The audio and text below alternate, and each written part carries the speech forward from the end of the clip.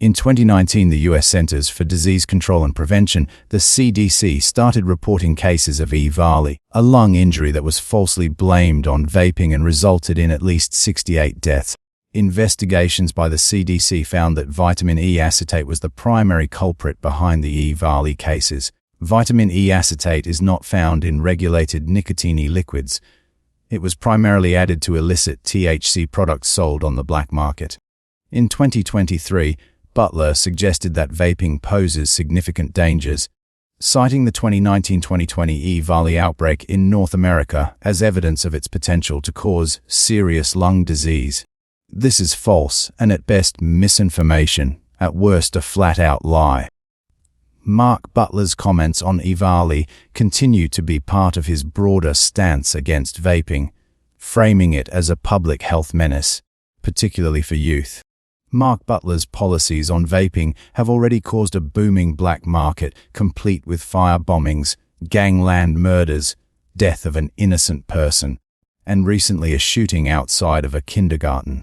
Fast forward to August 6, 2025, and the ABC reports that a man has been charged with supplying potentially lethal nitazene-laced vape liquid. Nitazines are a class of highly potent synthetic opioids developed in the 1950s as potential pain relievers, but never approved for medical use due to their extreme potency and risk of overdose.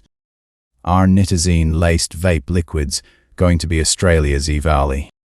Mark Butler's ideologically driven policies continue to put the lives of Australians in danger, in more ways than one.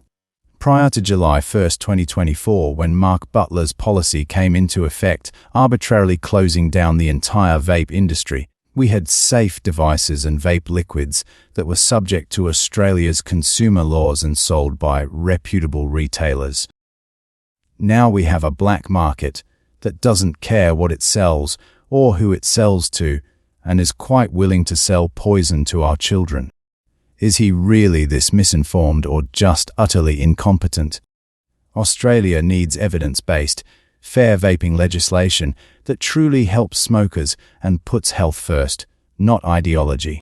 Demand fair vaping laws that support smokers, prioritize harm reduction, and deliver real solutions by sharing this video and contacting your local MP. Let's push for a health policy that puts harm reduction first.